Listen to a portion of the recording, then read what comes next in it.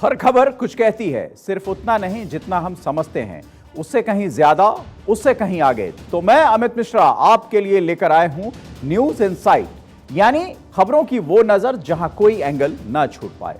आज news insight में हम बात करेंगे शरद पवार के रिटायरमेंट प्लान से मचे सियासी घमासान की। कैसे महाराष्ट्र की सियासत अचानक बदल रही है, उस पर चर्चा होगी। दूसरी बड़ी खबर होगी आर्टिफिशियल इंटेलिजेंस से जाने वाली 1.5 करोड़ यानी 1.5 करोड़ नौकरियों की। और तीसरी बड़ी खबर होगी ब्रिटेन में हो रहे राज्याभिषेक की। क्या कुछ होगा ब्रिटेन में, इस पर भी हम चर्चा करेंगे।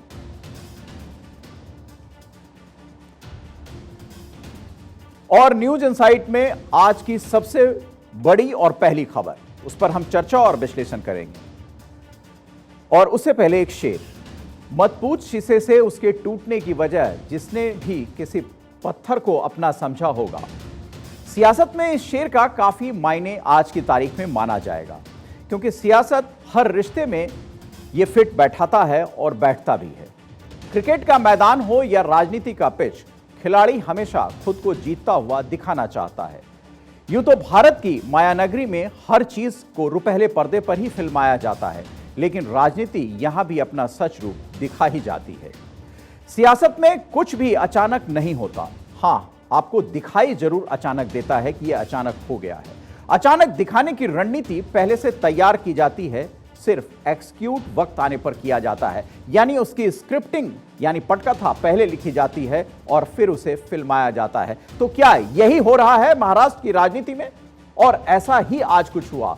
महाराष्ट्र की राजनीति के चाणक्य कहे जाने वाले शरद पवार ने अपनी पार्टी से अध्यक्ष पद से इस्तीफा दे दिया।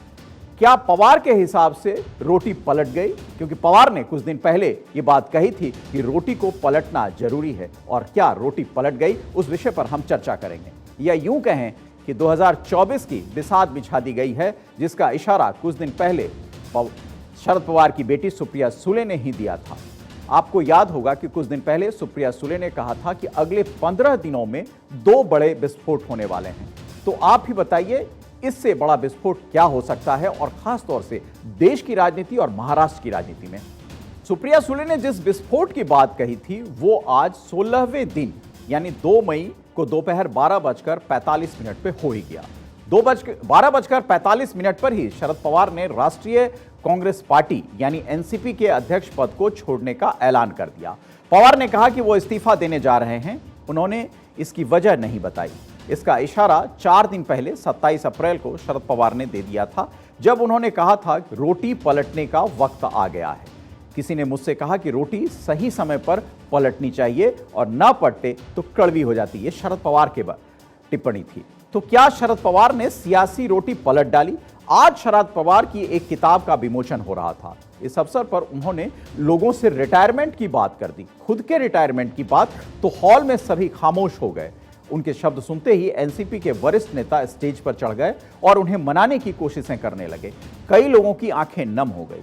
पवार ने कहा, मेरे साथियों, मैं एनसीपी के प्रेसिडेंट का पद छोड़ रहा हूं, लेकिन मैं सामाजिक जीवन से रिटायर नहीं हो रहा हूं। लगातार यात्रा मेरी जिंदगी का अटूट हिस्सा बन गया है।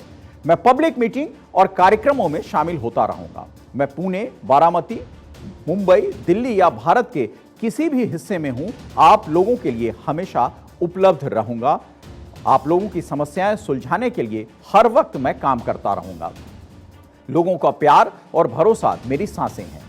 जनता से मेरा कोई अलगाव नहीं हो रहा है। मैं आपके साथ था और आपके साथ आखिरी सांस तक रहूंगा। तो हम लोग मिलते रहेंगे। शुक्रिया। ये शरद पवार के बड़े मार्मिक उद्बोधन थे आज जब वो अपनी किताब का विमोचन कर रहे थे। और मुंबई में ऐसे विमोचन के वक्त ऐसी बातें शरद पवार की पार्टी के लोगों को झकझोर गई और कई लोग वहां अश्रुपूर्ण तरीके से यानी आंखों में आंसू लेकर पवार को मनाने भी जुट गए। लेकिन राजनीति के मजे हुए खिलाड़ी शरद पवार ने ये मन यूं ही नहीं बनाया होगा और यूं ही शुक्रिया नहीं कह दिया होगा। ऐसा कुछ नहीं है।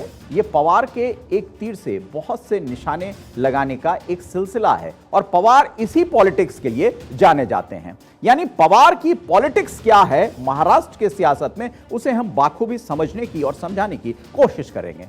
पवार के इस्तीफे पर महाराष्ट्र की सियासत में क्या कुछ चल रहा है, इसका विश्लेषण बहुत जरूरी हो जाता है। लेकिन पहले शरद पवार की पार्टी और सियासी सफर पर चर्चा कर लेते हैं। अब आपको शरद पवार का सियासी सफर बताते हैं। शरद पवार का जन्म 12 दिसंबर 1940 को हुआ था। सियासी सफर की शुरुआत कांग्रेस के साथ 1967 में की। 1984 में बारामती से पहली बार लोकसभा चुनाव जीता। शरद पवार के नाम महाराष्ट्र के सबसे यंग मुख्यमंत्री बनने का रिकॉर्ड है। 1993 में उन्होंने चौथी बार मुख्यमंत्री पद की शपथ ली। 20 मई 1999 को कांग्रेस से अलग होकर 25 मई 1999 को एनसीपी पार्टी बनाई और शरद पवार, तारिक अनवर और पीए संगमा ने मिलकर एनसीपी पार्टी बनाई थी। क्यों बनाई थी उसकी वजह भी हम आपको बताएंगे, क्योंकि सोनिया गांधी के विदेशी मूल का मुद्दा था और पवार यहां अलग हो जाते हैं कांग्रेस से। शरद पवार यूपीए सरकार में केंद्रीय मंत्री रहते हैं। शरद पवार बीसीसीआई के अध्यक्ष भी रह चुके हैं। पवार 2005 से 2008 तक बीसीसीआई के चेयरमैन रहे। शरद पवार 2010 में आईसीसी के प्रेसिडेंट बने। आपको बता दें कि शरद पवार ने 1999 में कांग्रेस से अलग होकर अपनी एनसीपी पार्टी जब बनाई थी, तब पवार सोनिया गांधी के विदेशी मूल का मुद्दा उठाया उन्होंने और विरोध करते हुए एनसीपी पार्टी बनाई। बाद में पवार फिर पलटते हैं और उसी सोनिया गांधी की सरपरस्ती में यूपीए में अपने आप को शामिल कराते हैं। तो ये पवार की पॉलिटिक्स की वो नब्ज है जिसको समझना हर राजनेता और हर राजनीतिक विश्लेषण के परे हो जाता है, क्योंकि पवार उस पॉलिटिक्स की नब्ज जानते हैं जो पॉलिटिक्स साधारण रूप से कोई राजनेता नहीं कर सकता है। वो वक्त की नजाकत जानते हैं, इसीलिए शायद पवार ने रोटी पलटने की बात कही थी। उसके बाद से ही वो पार्टी के अध्यक्ष बन जाते हैं, यानी अपनी पार्टी एनसीपी के अध्यक्ष वो तब से ही हैं जब से पार्टी बनी है। 10 जून 1999 को एनसीपी की स्थापना हुई। एनसीपी के राष्ट्रीय अध्यक्ष शरद पवार बन गए। पार्टी के प्रवक्ता नवाब मलिक, लोकसभा में लीडर सुप्रिया सुले उनकी बेटी हैं। पार्टी के student wing nationalist student congress है, youth wing nationalist student congress है और इसका महिला मोर्चा नेशनल विमेन कांग्रेस है। सन 2000 में एनसीपी को नेशनल पार्टी का दर्जा मिला। राष्ट्रीय स्तर पर पार्टी यूपीए की सहयोगी है और यह सहयोगी जब यूपीए सरकार में थी तब भी थी और जब विपक्ष में है तब भी है, यानी ये चोली दामन का साथ कांग्रेस और एनसीपी का बदस्तूर जारी है। लेकिन मैं फिर बताऊं आपको, पवार उस पॉलिटिक्स का नाम है जो किसी वक्त सोनिया गांधी के विदेशी मूल के मुद्दे को लेकर खुद को अलग कर अलग पार्टी बनाई, अपनी राजनीतिक जमीन खुद खड़ी की, महाराष्ट्र के बड़े नेता बने और फिर उन्हें सोनिया गांधी की सरपरस्ती में यूपीए में शामिल हुए। तो पवार की पॉलिटिक्स का अंदाजा आप समझ सकते हैं। केरल में एनसीपी का लेफ्ट डेमोक्रेटिक फ्रंट और महाराष्ट्र में महाविकास अघाड़ी के साथ गठबंधन है। पार्टी का चुनाव निशान अलार्म घड़ी है। एनसीपी का फ्लैग भारत के तिरंगे के जैसा ही है, बस अशोक चक्र की जगह घड़ी लग जाती है। आपको अब शरद पवार के जीवन से जुड़ी कुछ खास बातें भी बताते हैं और कुछ किस्से भी सुनाते हैं। आपातकाल के दौरान शरद पवार ने तत्कालीन प्रधानमंत्री इंदिरा गांधी से बगावत कर दी थी। इंदिरा से बगावत करने के बाद पवार ने कांग्रेस छोड़ भी दी थी। साल 1978 में जनता पार्टी के साथ मिलकर महाराष्ट्र में सरकार बनाई, राज्य के मुख्यमंत्री बने। साल 1980 में इंदिरा सरकार की जब वापसी हुई तो उनकी सरकार बर्खास्त कर दी गई। 1983 में शरद पवार ने कांग्रेस पार्टी सोशलिस्ट का गठन किया। साल 1987 में वो पवार अपनी पुरानी कांग्रेस पार्टी में वापस आ गए, यानी उनकी भी घर वापसी हो गई। तब राजीव गांधी प्रधानमंत्री थे। पवार उन दिनों राजीव गांधी के बहुत करीबी बन गए। पवार को साल 1988 में शंकर राव चौहान की जगह सीएम की कुर्सी मिल गई। 1991 में तत्कालीन प्रधानमंत्री राजीव गांधी की हत्या हो गई। देश भर में अजीब स्थिति थी। प्रधानमंत्री पद को लेकर चर्चा होने लगी। तब शरद पवार का नाम भी उन 3 लोगों में आया जिन्हें कांग्रेस के अगले प्रधानमंत्री के उम्मीदवार के तौर पर देखा जा रहा था। शरद पवार के अलावा इस दौड़ में नारायण दत्त तिवारी और पीवी नरसिम्हा राव शामिल थे। नारायण दत्त तिवारी 1991 में हुए लोकसभा चुनाव में अप्रत्याशित हार की वजह से पीएम बनने से रह गए। यह मौका दूसरे सीनियर नेता पीवी नरसिम्हा राव को मिल गया, जबकि शरद पवार को रक्षा मंत्रालय की जिम्मेदारी दी गई। आपको बता दें कि शरद पवार ने कैंसर से जंग भी जीती है। एक टीवी चैनल में पवार ने बताया कि 2004 के लोकसभा चुनाव के दौरान उन्हें कैंसर का पता चला था। इलाज के लिए वो न्यूयॉर्क गए। वहां के डॉक्टरों ने भारत के ही कुछ खास एक्सपर्ट्स के पास उन्हें जाने को कहा। तब कृषि मंत्री रहते हुए पवार ने 36 बार रेडिएशन ट्रीटमेंट लिया। पवार ने अपनी ही एक इंटरव्यू में बताया था कि सुबह 9 से 2 बजे तक वो कृषि मंत्रालय में मंत्रालय का काम देखते थे, फिर 2:30 बजे अपोलो हॉस्पिटल यानी दिल्ली में कीमोथेरेपी लेते थे। दर्द इतना होता था कि घर जाकर सोना ही पड़ता था। इसी दौरान एक डॉक्टर ने उनसे कहा कि जरूरी काम पूरे कर लें, आप सिर्फ 6 महीने और जी सकते हैं, यानी जो उनकी जीवन है वो सिर्फ 6 महीने है। पवार ने डॉक्टर से कहा कि मैं बीमारी की चिंता नहीं करता, आप भी मत करो। ये पवार का वो अंदाज है जो राजनीति में बताता है कि कैसे हिम्मत की जाती है मौत पर भी फतह पाने की, और पवार ने वो करके दिखाया। पवार ने लोगों को नसीहत दी कि कैंसर से बचना है तो तंबाकू का सेवन तुरंत बंद कर दें। शरद पवार ने एक इंटरव्यू में बताया था कि शादी के पहले उन्होंने अपनी पत्नी प्रतिभा पवार के सामने एक ही संतान पैदा करने की शर्त भी रखी थी। उन्होंने कहा था कि हमारी एक ही संतान होगी, चाहे लड़का हो या लड़की। इसके बाद 30 जून 1969 को पुणे में सुप्रिया सुले का जन्म होता है। अब आपको पवार परिवार यानी फैमिली ट्री बताते हैं कि पवार परिवार और अजीत पवार ये कैसे राजनीति में एक दूसरे के समकालीन न होते हुए भी परस्पर एक दूसरे को चुनौती राजनीति में अपने अपने अंदाज से देते हैं। तो यह जानना जरूरी है कि उनका पारिवारिक क्या कनेक्शन है, यानी फैमिली ट्री क्या है। शरद पवार के कुल 11 भाई बहन हैं। इनके पिता का नाम गोविंदा राव और माता का नाम शारदाबाई है। शरद पवार के बड़े भाई आपा साहब के बेटे हुए राजेंद्र और रंजीत, और राजेंद्र के 2 बेटे हुए रोहित, और दूसरे बड़े भाई हैं इनके अनंत राव, जिनके 3 बेटे हुए श्रीनिवास, अजीत, विजया पाटिल। ये वही अजीत पवार हैं जिन्हें शरद पवार के बाद एनसीपी का दूसरा बड़ा नेता माना जाता है। शरद पवार के बाद उनकी बेटी सुप्रिया सुले और भाई अनंतराव के बेटे अजीत पवार 2 दशक से राजनीति में सक्रिय हैं। अब अजीत के बेटे पार्थ और दिनकर राव के पोते रोहित भी राजनीति में आ गए हैं।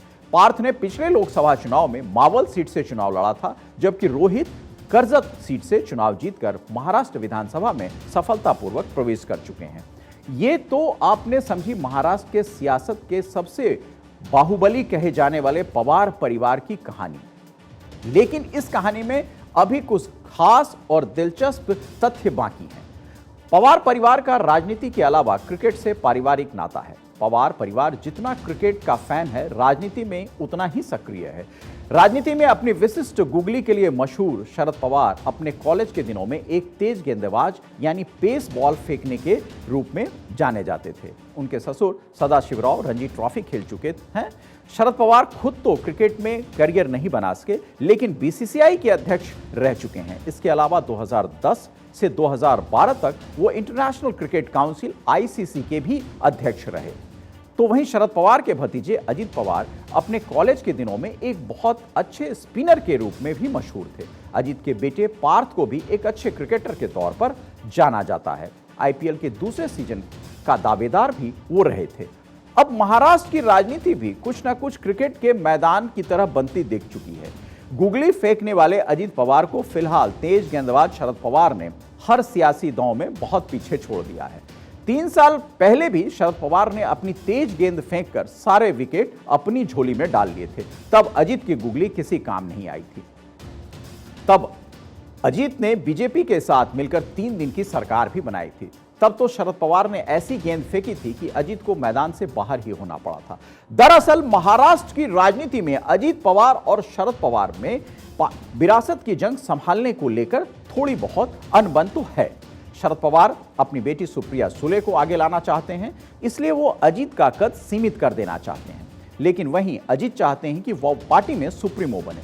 पिछले कई दिनों से इसी की जंग चल रही है और सुप्रिया और अजीत में कौन ज्यादा प्रभावशाली होगा, महाराष्ट्र की राजनीति में इस पर एक नजर डालना बहुत जरूरी है। अजीत पवार सुप्रिया सुले से 10 साल बड़े हैं और जमीन पर काफी सालों से काम कर रहे हैं। अजीत के बागी रवैये ने शरद पवार की मुश्किलें बढ़ा दी थी।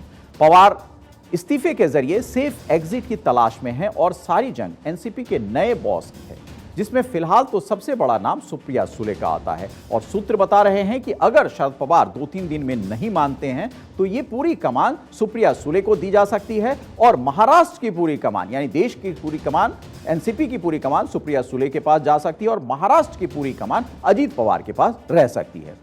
लेकिन अभी इस पर कुछ भी कहना मुकम्मल नहीं होगा, क्योंकि शरद पवार अपनी गुगली, अपना तेज गेंद अपने अंदाज में फेंकते हैं और वो कब किस ओवर में कौन सा गेंद फेंकेंगे ये सिर्फ पवार ही जानते हैं।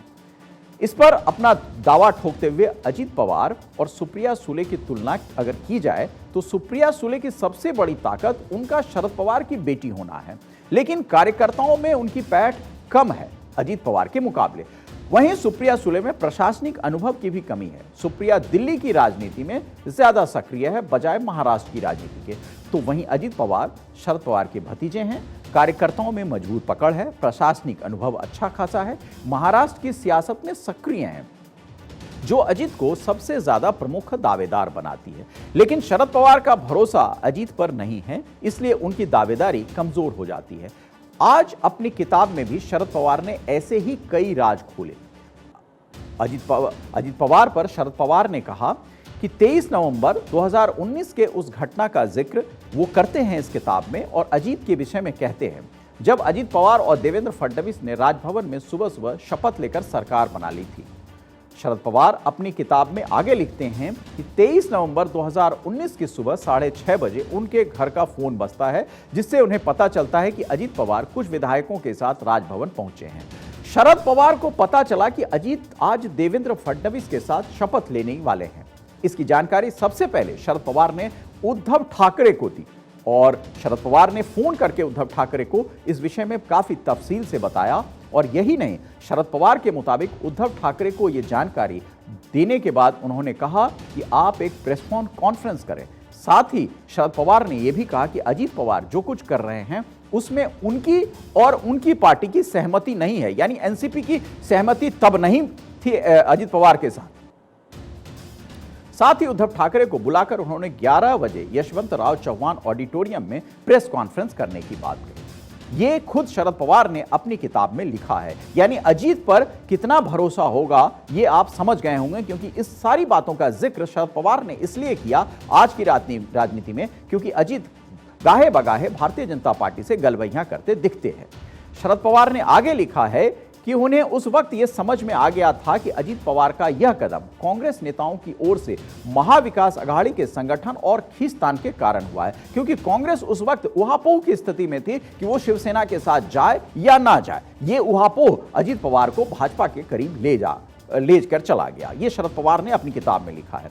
शरद पवार ने यह भी लिखा कि उनकी पत्नी प्रतिभा के हस्तक्षेप के बाद अजीत पवार ने कहा कि जो कुछ हुआ गलत हुआ, ऐसा नहीं होना चाहिए था।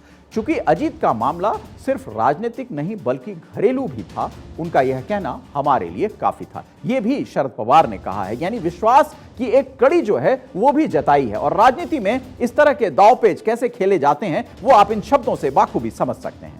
शरद पवार ने अपनी किताब में बताया क्योंकि अजीत पवार विधायक मंडल यानी विधायक दल में एनसीपी के ग्रुप लीडर थे, ऐसे में विधायकों के समर्थन का जो पत्र उन्हें दिया गया था उसी पत्र को उन्होंने देवेंद्र फडणवीस के साथ सरकार बनाने के लिए इस्तेमाल किया। शरद पवार ने यह भी लिखा कि जो 10 विधायक अजीत पवार के साथ राजभवन गए उन्हें गलत जानकारी दी गई कि शपथ ग्रहण और सत्ता स्थापना की जो कोशिश फडणवीस और अजीत पवार की ओर से की गई थी उसमें उनका यानी शरद पवार का समर्थन था। यह विधायकों को अजीत पवार की तरफ से कहा गया था, लेकिन यह बात झूठी थी। यह भी बात शरद पवार ने अपनी किताब में लिखी है। यही स्पष्ट करने के लिए उन्होंने उद्धव ठाकरे को फोन किया और साथ ही मिलकर प्रेस कॉन्फ्रेंस बुलाई। ये बातें शरद पवार ने अपनी किताब में लिखकर अजीत पवार को सियासी खेल में 12th मैन की भूमिका में भेज दिया। और ये बातें देखिए, राजनीति की वानगी आप समझिए, ये बातें शरद पवार कहां कह रहे हैं? ये बातें शरद पवार अपनी किताब के विमोचन के मौके पर कर रहे हैं, जहां उनकी पत्नी के ठीक बगल में अजीत पवार बैठे हुए और सारा ये जो प्लान अजीत पवार का था उन्होंने शब्दों में बयां कर दिया। अब अजीत जो हैं वो ओपनिंग बैट्समैन की भूमिका में आने के लिए बहुत बेताब हैं। अब जैसे आईपीएल में हर साल खिलाड़ी किसी भी टीम से खेल लेते हैं, वैसे ही अजीत कोई ना कोई नई राजनीतिक टीम की तरफ नजरें गड़ाए हुए हैं कि कहीं से उन्हें ओपनिंग बैट्समैन या ओपनिंग बॉलर का मौका मिले। इसलिए तो अजीत शरद का विश्वास खो चुके हैं और आज शरद पवार ने सियासी पासा फेंक कर अजीत को चारों खाने चित्त कर दिया, या यूं कहें कि चित्त भी किया और साध भी लिया, क्योंकि शरद पवार ने रिटायरमेंट के दांव को चलकर पार्टी टूटने से भी बचा ली और अजीत को खुद को शरद के बाद सर्वे सर्वा बताने की घोषणा पर विराम भी लगा दिया। दरअसल बहुत दिनों से अजीत खेमा बदलने की और पार्टी तोड़ने की फिराक में थे, ये भी सूत्रों ने शरद पवार को बता दी थी। लेकिन बीजेपी पिछली बार की तरह इस बार कोई गलती नहीं करना चाहती, इसलिए उन्होंने अजीत को हरी झंडी नहीं दी है। बीजेपी चाहती थी कि अजीत पहले अपने समर्थकों का समर्थन हासिल करें, फिर हमारे साथ आएं। पिछले एक पखवाड़े से महाराष्ट्र की सियासत अजीत पवार के इर्द गिर्द घूम रही है। संजय राउत और बाद में एक अंग्रेजी अखबार ने इसका खुलासा किया था कि अजीत पवार मुख्यमंत्री बनने के लिए बीजेपी से मिलने की कवायद में लगे हैं। अजीत पवार के साथ इस अभियान में एनसीपी के कई बड़े नेता भी शामिल हैं। उसमें दावा किया गया कि अजीत पवार ने 40 से अधिक विधायकों का समर्थन भी हासिल कर लिया है, लेकिन विधायकों ने अजीत से साफ कहा है कि पहले शरद पवार का आशीर्वाद लाए और फिर आगे बढ़ें। यानी अजीत के लिए फिर ढाक के 3 पात वाली कहावत चरितार्थ हो गई। अध्यक्ष पद से इस्तीफा देने की बड़ी वजह यह भी है, पवार इससे 2 चीजें एक साथ साधने की कोशिश भी करते दिखाई दे रहे हैं। इसलिए जानकार कह रहे हैं कि इस विषय में शरद पवार ने रिटायरमेंट का सियासी पासा फेंक दिया और पार्टी टूटने से बचा ली गई। टूटने के साथ साथ अजीत के लिए मुश्किलें भी खड़ी हो गई। आज शरद पवार ने अपनी आत्मकथा के विमोचन में कहा कि पिछले 60 सालों में आप सब मजबूती से मेरे साथ खड़े रहे हैं, मैं इसे भूल नहीं सकता। आज संगठनात्मक निर्णय के घोषणा के बाद मैं एनसीपी के वरिष्ठ नेताओं की एक समिति का सुझाव देता हूं, जो भविष्य की कार्रवाई के साथ साथ यह भी तय करेगी कि कैसे किसे कब जिम्मेदारी दी जाए। इस समिति में शामिल होंगे प्रफुल्ल पटेल, सुनील तटकरे, पीसी चाको, नरहरि जिरवाल, अजीत पवार, सुप्रिया सुले, जयंत पाटिल, छगन भुजबल, दिलीप वलसे पाटिल, अनिल देशमुख, राजेश टोपे, जितेंद्र आव्हाड, हसन मुशर्रफ, धनंजय मुंडे, जयदेव गायकवाड़ और पार्टी के फ्रंटल सेल के सारे प्रमुख। और यहीं पर शरद ने अपनी राजनीति की वो चाल चल दी जिसके लिए पवार की पावर जानी जाती है, क्योंकि अजीत ही नहीं, उनके विश्वास पात्रों की एक पूरी फेहरिस्त इस कमेटी में रख दी गई। अजीत पर जो चौतरफा घेरा शरद पवार ने डाल दिया, वो सब राजनीति के बड़े माहिर जानते हैं कि अजीत पवार को कैसे अपने विश्वास पात्रों के बीच घेर लिया शरद पवार ने। अब ये सब मिलकर अजीत का नाम तो फाइनल करेंगे नहीं, लेकिन आज शरद पवार की संन्यास की, या यूं कहें महाराष्ट्र की राजनीति में बड़ी घोषणा, जो उन्होंने अपने अध्यक्ष पद से खुद को अलग करने की बात कही, तो महाराष्ट्र की राजनीति में क्या कुछ हुआ, क्या किसने क्या कहा, यह भी आपको बताते हैं, क्योंकि यह जानना सियासत में बहुत जरूरी है। शरद पवार के इस्तीफे के बाद एनसीपी नेता जयंत पाटिल ने रोते हुए कहा, शरद पवार अध्यक्ष बने रहें, यह पार्टी ही नहीं देश के लिए भी जरूरी है। आप जिस पद पर हैं वह पद कोई और नहीं ले सकता। आपको पार्टी में जो बदलाव करना है वह कीजिए, लेकिन अध्यक्ष का पद मत छोड़िए। आपका यह फैसला किसी के लिए भी हित में नहीं होगा। नई पीढ़ी को आपके मार्गदर्शन की जरूरत है।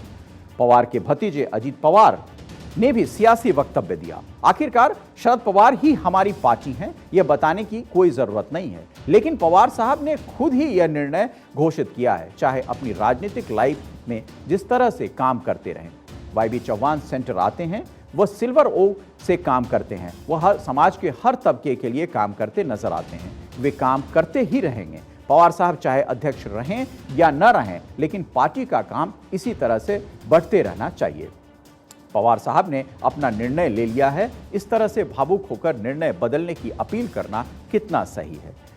यह अजीत पवार का बयान था, लेकिन थोड़ी देर के बाद अजीत पवार का बयान बदलता है, वो भी हम आपको बताएंगे।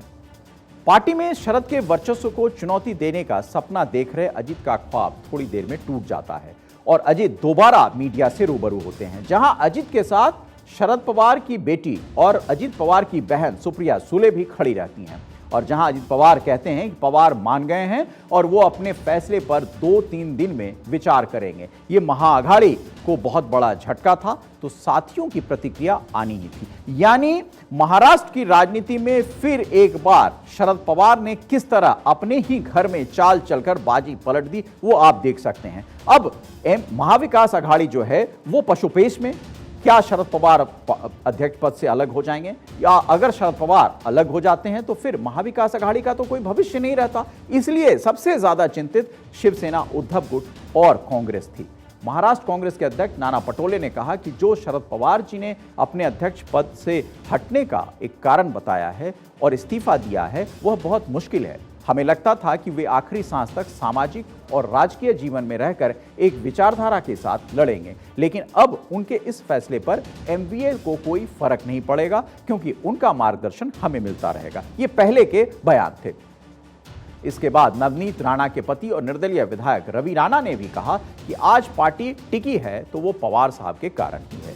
उनके इस्तीफा देने के बाद पार्टी में दरार आ जाएगी। हालांकि शरद पवार देश के बड़े नेता हैं और वो हर फैसला काफी सोच समझ कर लेते हैं, लेकिन महाराष्ट्र की सियासत में पवार के करीबी उद्धव गुट के सांसद संजय राउत ने कहा वो कहां पीछे रहने वाले थे। उन्होंने भी कहा, संजय राउत ने कहा कि ऐसा लगता है कि इतिहास ने खुद को दोहराया है। गंदी राजनीति से तंग आकर बाला साहब ठाकरे ने भी इस्तीफा दिया था। शिवसेना प्रमुख के पद से बाला साहब ने इस्तीफा दिया था, लेकिन शिवसैनिकों के प्यार के कारण उन्हें अपना फैसला वापस लेना पड़ा था।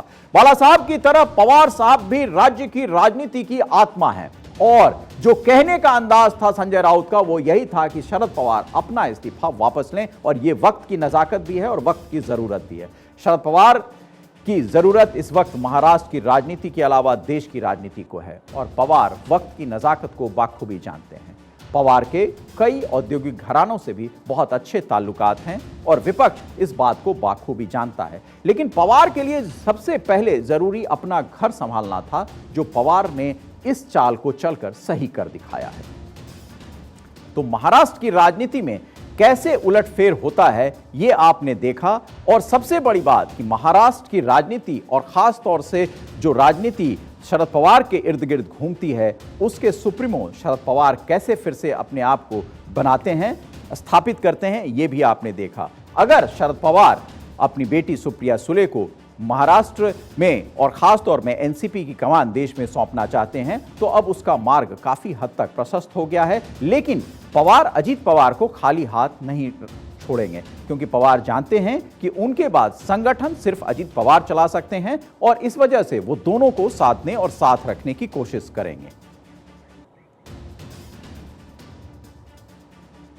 और अब आपको एक अच्छी और सुकून देने वाली तस्वीर हम दिखाएंगे। प्रधानमंत्री मोदी बच्चों से कितना प्यार करते हैं, उसकी तस्वीर कर्नाटक के चुनाव प्रचार में दिखी, जब पीएम मोदी का कुछ बच्चों के साथ इंटरेक्शन हुआ। पीएम मोदी ने बच्चों के साथ मजाकिया अंदाज में बातचीत भी की, और प्रधानमंत्री मोदी अपने इस अंदाज के लिए जाने भी जाते हैं। जब भी वो लोगों के बीच आते हैं और खास तौर से बच्चों के बीच, तो वो इसी अंदाज में बच्चों से मिलते भी हैं। तो आप इस चित्र का और तस्वीर का लाभ उठाएं। स्कूल जाते हैं ऐसा करो, कौन करता है? ऐसा करो, चलो ऐसा करो।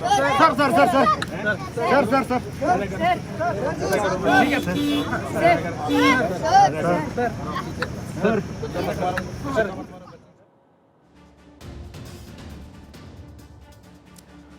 तो प्रधानमंत्री मोदी को आपने देखा कर्नाटक चुनाव की व्यस्तता के बावजूद बच्चों से मिलते हुए और बच्चों के साथ उनके अंदाज में बातचीत करते हुए।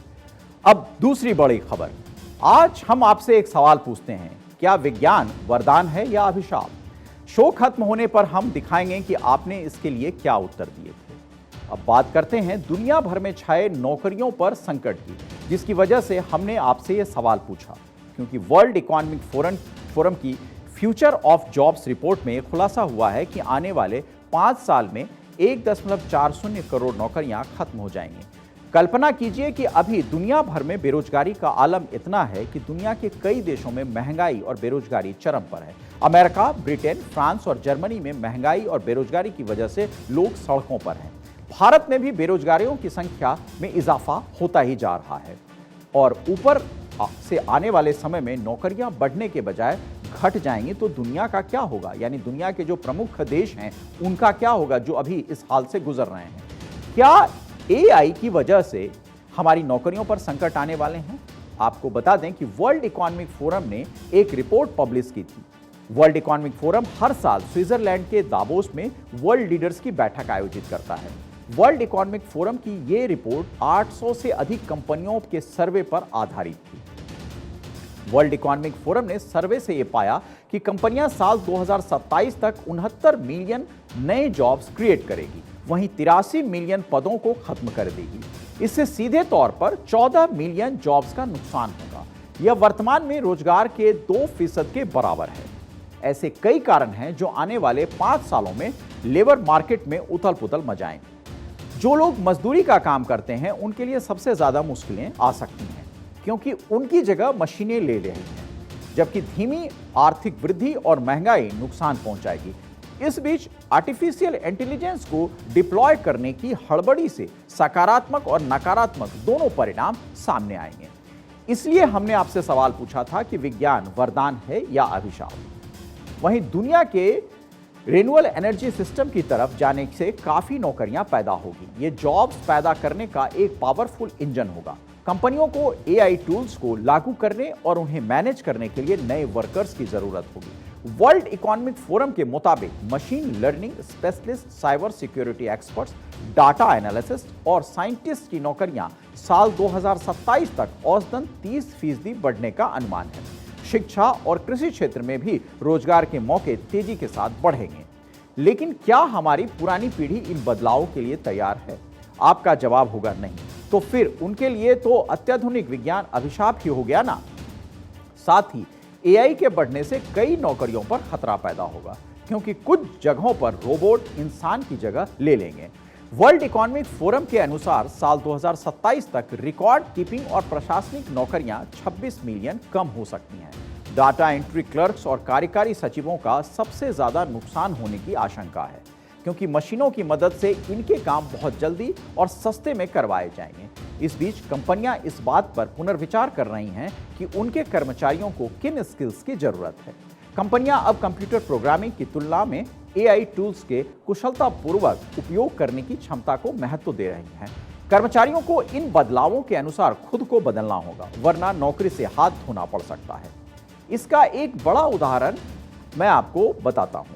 पत्रकारिता जगत से ही वो उदाहरण है। आज से कुछ साल पहले जितने भी टीवी चैनल्स होते थे, उनके पास खूब सारे जमीनी पत्रकार भी होते थे, लेकिन अब वो काम तकनीक की मदद से डेस्क पर हो रहा है और एजेंसियों की मदद से खबरों को लिया जा रहा है।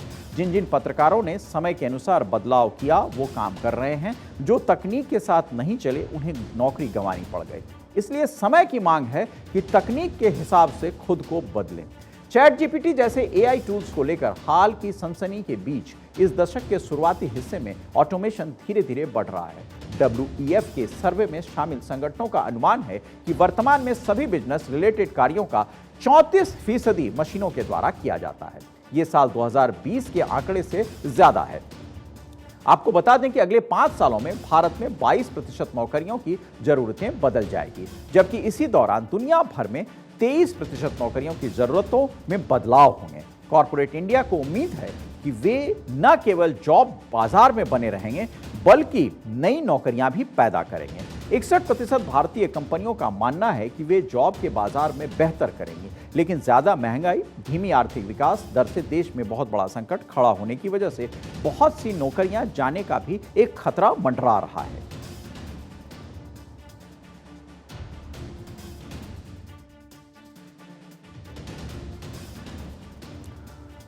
और एक बड़ी खबर जो ब्रिटेन से है।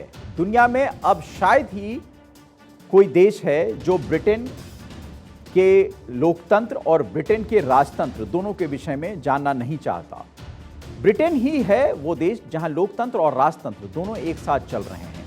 लंदन के वेस्टमिनिस्टर एबे में 6 मई को किंग चार्ल्स तृतीय का राज्याभिषेक होने जा रहा है। इसके बाद चार्ल्स आधिकारिक तौर पर ब्रिटेन के राजा बन जाएंगे। यदि आप ब्रिटेन में हैं तो आप BBC, ITV और स्काई न्यूज जैसे चैनलों के माध्यम से घर बैठे ही लाइव प्रसारण उसका देख सकते हैं।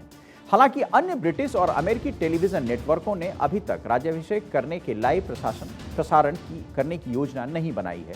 किंग चार्ल्स III का राज्याभिषेक का कार्यक्रम लंदन के समयानुसार सुबह 11 बजे शुरू होगा। इस बीच बताया जा रहा है कि राज्याभिषेक देखने वाले लोगों को राजा और उनके उत्तराधिकारियों के प्रति निष्ठा की शपथ लेने के लिए आमंत्रित किया जाएगा। 6 मई को राज्याभिषेक के कार्यक्रम में कई बदलाव किए गए हैं, जिनमें सार्वजनिक प्रतिज्ञा भी शामिल है। हालांकि इससे कुछ सांसद नाखुश हैं। उन्होंने इस फैसले को देश को पीछे ले जाने वाला बताया है। दरअसल ब्रिटेन में सबसे बड़े पादरी ने लोगों से अपील की है कि वह अपने राजा के प्रति शपथ लें, और लोग यह कहते हुए शपथ लेंगे कि मैं शपथ लेता हूं कि मैं आपके और आपके उत्तराधिकारियों के प्रति कानून के साथ सच्ची निष्ठा निभाऊंगा। इसमें भगवान मेरी मदद करें। तो वहीं एक तरफ लोग और ब्रिटेन की संसद ही इससे सहमत नहीं है, तो वहीं एक बार ब्रिटेन के राज्याभिषेक में एक और चीज नई होगी। ब्रिटेन की जो नहीं होने वाली चीज है और बहुत खास है, ये ब्रिटेन की नई रानी यानी किंग चार्ल्स तृतीय की पत्नी कैमिला ताजपोशी के दौरान क्वीन एलिजाबेथ का कोहिनूर जड़ा ताज नहीं पहनेंगी। लंदन के बकिंघम पैलेस में इसका ऐलान कर दिया गया था। रिपोर्ट के मुताबिक भारत के साथ रिश्ते न बिगड़े इस बात को ध्यान में रखते हुए रॉयल फैमिली ने यह फैसला किया है। अब ब्रिटेन की नई रानी कैमिला के लिए कोहिनूर जड़े हीरे की जगह क्वीन मैरी का 100 साल पुराना क्राउन तैयार किया गया है। कैमिला को आधिकारिक तौर पर क्वीन का दर्जा देने के लिए 6 मई को क्वीन कंसॉर्ट होगा। इस दौरान वे नया ताज पहनेंगी। लेकिन क्या महारानी के ताज में कोहिनूर ना पहनने से हमें हमारा कोहिनूर वापस मिल सकता है? आज इसका विश्लेषण हम आपके सामने करते हैं। सबसे पहले आपको बताते हैं कि कोहिनूर कैसे अंग्रेजों के पास पहुंचा। बेशकीमती कोहिनूर हीरा जो अब लंदन के ज्वेल हाउस में डिस्प्ले में रखा हुआ है, उसे मूल रूप से तेलंगाना के एक मंदिर से जोड़ा जाता है। चालुक्य वंश के राजा पुलकेशिन द्वितीय ने तेलंगाना के वारंगल में 625 ईस्वी में भद्रकाली मंदिर का निर्माण किया था, जब काकतीय शासकों ने इस क्षेत्र पर अपना अधिकार जमा लिया था। तब राजा ने देवी भद्रकाली को अपना कुलदेवी बनाकर कोहिनूर हीरे को देवी की बाईं आंख से जोड़ दिया था। लेकिन करीबन 1310 ईस्वी में दिल्ली के सुल्तान अलाउद्दीन खिलजी ने अपने सेनापति मलिक काफूर की मदद से हीरे का कब्जा खुद ले लिया। उसके बाद शाहजहां ने इसे अपने तख्त ताउस में जड़वाया। फिर 1750 में नादिर शाह ने इसे लूट लिया और नादिर शाह इस हीरे को अफगानिस्तान ले गया। 1809 में दुर्रानी का परपोता शाह सुजा अफगानिस्तान पर राज कर रहा था। 1809 में कोहिनूर शाह सुजा के हाथ लग गया। इसके बाद सिख साम्राज्य की नींव रखने वाले शेर पंजाब महाराणा रंजीत सिंह ने 1839 में सुजा से कोहिनूर हीरा छीन लिया। 1849 में लाहौर संधि में कोहिनूर अंग्रेजों को मिल गया। 1850 में कोहिनूर बकिंघम पैलेस पहुंच गया। 1851 में कोहिनूर को आम जनता को देखने के लिए रखा गया। 1911 में कोहिनूर महारानी मैरी के ताज में लगा दिया गया। लेकिन सबसे पहले कोहिनूर क्वीन विक्टोरिया के पास पहुंचा था। उसके बाद ये हीरा क्वीन अलेक्जेंड्रा के पास था। उनकी मृत्यु होने के बाद ये हीरा क्वीन मैरी के ताज की शान बन गया। इसके बाद कोहिनूर हीरा को क्वीन एलिजाबेथ II के सिर पर सजाया गया। कोहिनूर सबसे ज्यादा महारानी एलिजाबेथ के पास ही रहा था। आपको बता दें कि करीब 70 साल से ज्यादा यह हीरा महारानी के ताज की शोभा बढ़ा रहा था। अब यह हीरा किंग चार्ल्स तीसरे की पत्नी कैमिला का होगा। अब आपको बताते हैं कि कब कब उठी कोहिनूर को वापस लाने की मांग, क्योंकि ये मांग लगातार भारत की तरफ से और भारत की जनता की तरफ से होती रही है। सबसे पहले 1947 में भारत ने ब्रिटेन से कोहिनूर की मांग की थी। उसके बाद 1953 में भारत ने फिर मांग दोहराई। सन 2000 में भारत ने फिर कोहिनूर वापस लाने की मांग की। 2005, 2008, 2010 में लोकसभा में यह मुद्दा उठा, कोहिनूर को वापस लाया जाए। कोहिनूर को लेकर 2016 में सुप्रीम कोर्ट में याचिका भी दायर की गई। अब आपको बताते हैं कि कोहिनूर की कीमत और वजन कितनी है। कोहिनूर हीरे की कीमत 4,780 करोड़ रुपए है। यह हीरा 105.60 कैरेट का था। आज इसका वजन 21.12 ग्राम है, जबकि पहले 36.02 ग्राम था।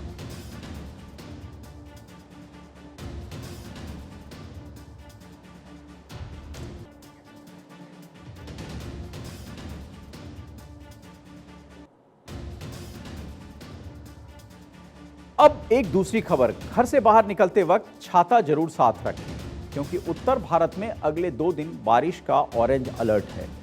दिल्ली, एनसीआर सहित उत्तर भारत में मौसम का मिजाज बदला हुआ है। 2 दिन से हवा के साथ बीच बीच में तेज बारिश भी हो रही है। दिल्ली सहित आसपास के शहरों गुरुग्राम, नोएडा, गाजियाबाद, फरीदाबाद में झमाझम बारिश भी हुई है। हिमाचल के उत्तराखंड में बर्फबारी जारी रहेगी और तापमान 10 डिग्री से कम रहने की संभावना है। मौसम वैज्ञानिकों का कहना है कि अगले 2 दिनों में उत्तर भारत के साथ दक्षिण राज्यों में भी ऐसा ही मौसम जारी रह सकता है। अब तक दक्षिण में तेज गर्मी पड़ रही थी, लेकिन अब वहां भी मौसम में बदलाव के आसार नजर आ रहे हैं। मौसम विभाग के ताजा अलर्ट में दक्षिण कर्नाटक के भीतरी इलाकों में बरसात हो सकती है। आंध्र प्रदेश के कुछ हिस्सों में अगले 4 दिनों तक आंधी तूफान के साथ बारिश की चेतावनी दी गई है। मौसम विभाग के मुताबिक एक और वेस्टर्न डिस्टरबेंस बन रहा है, जिसके चलते लगभग पूरे उत्तर भारत में बारिश को लेकर ऑरेंज अलर्ट जारी किया गया है। जिन इलाकों में भारी बारिश की संभावना रहती है, वहां मौसम विभाग ऑरेंज अलर्ट जारी करता है। जम्मू कश्मीर, हिमाचल प्रदेश, पंजाब, हरियाणा, राजस्थान, बिहार, झारखंड में भारी बारिश और शिमला में बर्फबारी का दौर जारी रहेगा। उत्तराखंड के ज्यादातर इलाकों में बारिश के साथ बर्फबारी हो सकती है। खराब मौसम के चलते 4 धाम यात्रा को भी रोक दिया गया है।